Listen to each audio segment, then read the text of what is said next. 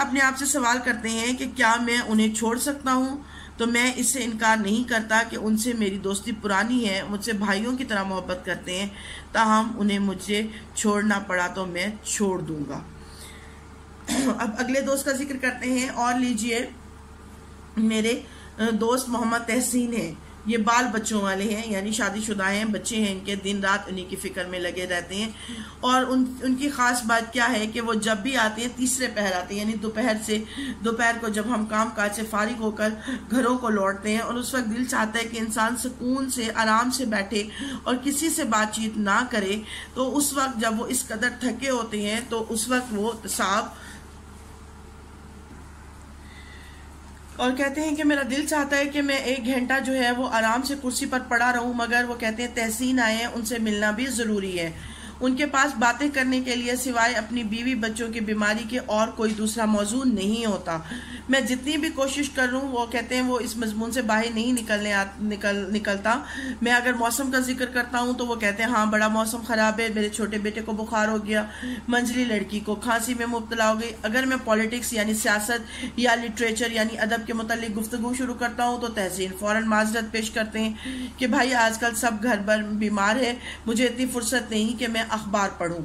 और अगर किसी आम जलसे में आते हैं, यानी किसी मुलाकात में, किसी महफिल में आते हैं, तो अपने लड़कों को ज़रूर साथ ले आते हैं और बार बार थोड़ी थोड़ी देर के बाद उनसे पूछते रहते हैं तबीयत तो नहीं घबराती, प्यास तो नहीं मालूम होती, कभी कभार नर्व्स भी देख लेते हैं। और वहाँ पे भी किसी से मिलते हैं तो घर भर की बीमारी का जिक्र ज़रूर करते हैं। तीसरे दोस्त का वो जिक्र करते हैं। वो कहते हैं मेरे तीसरे दोस्त जो हैं वो मुकदमेबाज दोस्त हैं, जिन्हें अपनी रियासत के झगड़ों, मुखालिफ फरीक की बुराइयों और जज साहब की तारीफ या मुजम्मत, तारीफ उस सूरत में कि जब उन्होंने केस जीता हो, मुकदमा जीता हो, और मुजम्मत उस सूरत में जब वो मुकदमा हार गए हो कि कोई मौजू नहीं होता, कोई मजमून नहीं होता। मन जुमला और बहुत से मुख्तलिफ किस्मों के दोस्तों के मैं शाकिर साहब का जिक्र ज़रूर करूँगा। अगले दोस्त हैं उनके शाकिर साहब, ठीक है, उनका जिक्र खसूसियत से करूँगा क्योंकि वो मुझ पर ख़ास इनायत फरमाते हैं। शाकिर साहब जो हैं वो क्या करते हैं, मौजा सलीमपुर के रईस और जिला भर में मुअज़्ज़िज़ इंसान है। उन्हें अपनी लियाकत के मुताबिक लिटरेचर का बहुत शौक है। लिटरेचर पढ़ने का नहीं बल्कि लिटरेरी आदमी यानी अदब या बाज़ौक़ लोगों से दोस्ती या उनसे ताल्लुक़ रखने का बहुत शौक है, ठीक है। उनका ख्याल है कि अहले इल्म की थोड़ी सी कदर करना उम्रा के जो है वो यानी अमीरों के शायान शान होती है। एक मरतबा मेरे यहाँ तशरीफ़ लाए और बहुत इसरार से मुझे कहाँ ले गए, सलीमपुर ले गए, और ये कह के कि शहर में दिन रात शोर शुगब होता है, यानी शोर शराबा होता है। देहात में कुछ अरसा रहने से तब्दीली आबो हवा होगी और वहाँ मजमून निगारी भी ज़्यादा इत्मीनान से कर लोगे।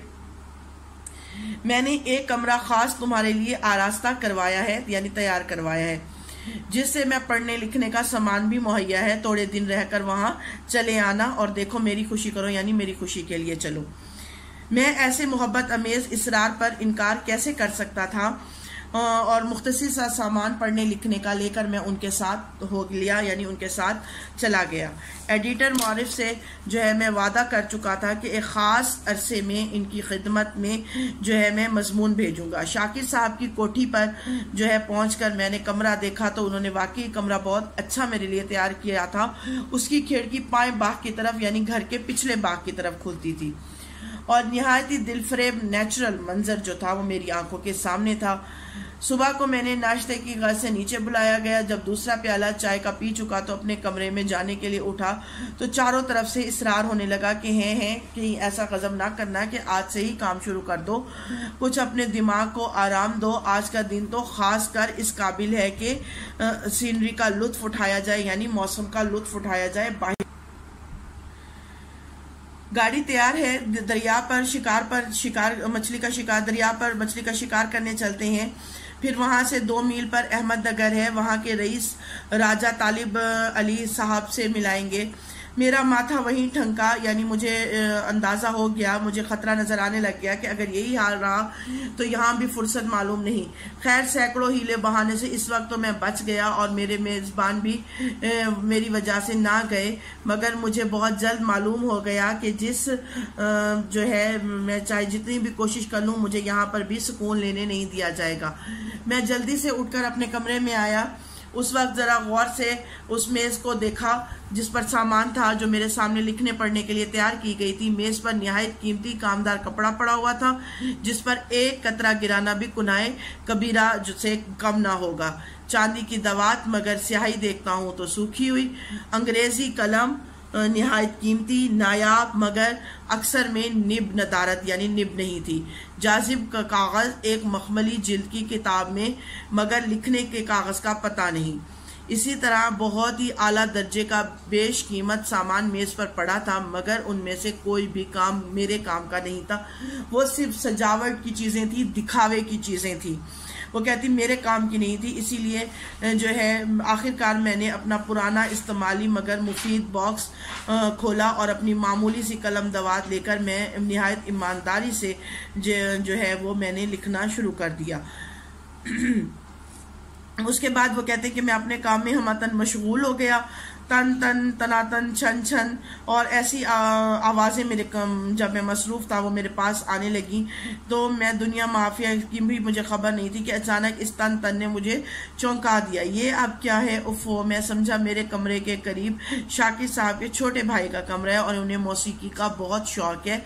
तो उस वक्त वो बैठा क्या कर रहा था? सतार बजा रहा था और अपना शौक़ पूरा कर रहा था। कोई आधा घंटा उन्होंने मौसीकी की मशक फरमाकर मेरी ख्वाहिश के ख़िलाफ़ महसूस फरमाया। यानी मेरी कोई ख्वाहिश नहीं थी लेकिन मुझे जो है उन्होंने मौसीकी से सुनाई। फिर किसी वजह से वो अपने कमरे से चले गए और खामोशी तारी हो गई तो मुझे अपना काम का ख्याल फिर आ गया। ठीक है, उसके बाद जिनकी कदर आप यहाँ भूल पड़े हैं उन दिनों कहाँ रहे? ये वो मुहमिल फ़िक्रा था। ला हौल वला कुव्वत, मैं क्या गड़बड़ लिख रहा हूँ। वो अपने लिखने के मजमून के बारे में बता रही हैं और उसी में कि मैं लिखना क्या चाहता था और क्या लिख रहा हूँ। आप कहाँ भूल पड़े, इतने दिनों कहाँ थे? ये फ़िक्रे तो शाकिर साहब ने किसी दोस्त से कहे हैं जो अभी उनसे मिलने आया था। मैं मसरूफियत में उन्हें लिख गया। यानी नीचे से जो नीचे उनके शाकिर साहब को कुछ लोग मिलने के लिए आए हुए थे और वो जो जुमले आपस में एक दूसरे से कह रहे थे मुसन्निफ उसको लिखने लगे ना चाहते हुए। हाँ, तो काट के फिक्रा दुरुस्त करना चाहिए और जिनकी कदर अभी तक मुल्क कौम को मालूम नहीं और बाहर कोई दरवाज़ा खटखटाता है। इतनी देर में कोई आकर उनके लिए दरवाज़ा खटखटाता है। कौन है? मैं हूँ। शबन सरकार ने कहा है कि अगर तकलीफ ना हो तो ज़रा नीचे आइए, तशरीफ़ लाइए, कोई साहब आए हैं और उनसे मिलना है। वो कहते बादल ना खास्ता यानी ना चाहते हुए, ज़ाहिर है मेहमान था, ना चाहते हुए फिर भी गया। शाकिर साहब के दोस्त राजा तालिब अली साहब खुद तशरीफ़ लाए थे। उनसे मेरा तारुफ कराया गया। थोड़ी देर के बाद वो तशरीफ़ ले गए और मुझे फिर फुर्सत मिली। मैंने वो कहते फिर लिखना शुरू कर दिया। कहते इसी तरह ये सिलसिला मेरे साथ चलता रहा। फिर दरवाजे पर दस्तक हुई। क्या है? अच्छा, दरियाफ्त करने के लिए अपने तय ख़तरे में डालने के खौफ से नहीं खाते, ज़रूर इसी तरफ मुतवज्जा होंगे और अपनी काफ़ियों और कोशिशों से मौजूदा। फिर वो मैं कहते अल्फाज लिखने की कोशिश की। फिर दरवाज़ा खटखटाया गया। ठीक है, हाँ हजूर सरकार आपका इंतज़ार करें, खाना ठंडा हो रहा है। ओफो, मुझे ख्याल नहीं रहा सरकार से अर्ज़ करना मेरा इंतज़ार ना करें, मैं फिर खा लूँगा, इस वक्त मुझे भूख भी नहीं है। ठीक है, वो फिर अपने लिखने के लिए बैठ गए। तो कहते इसी तरह, लेकिन फिर वो दस्तक हुई। अब मैंने पूछा क्या है? तो कहते सरकार कहते आप थोड़ी देर के लिए आ जाएं, खाना हम आपके साथ खाएंगे मगर खाना ठंडा होके ख़राब हो जाएगा। अच्छा भाई, लो अभी आया। ये कहकर मैंने खाने के लिए जाता हूँ, सबसे माजरत करता हूँ। मेज़बान निहायत खुश इखलाकी से फरमाते हैं, चेहरे पर थकन मालूम होती है कि क्या बहुत कुछ लिख डाला।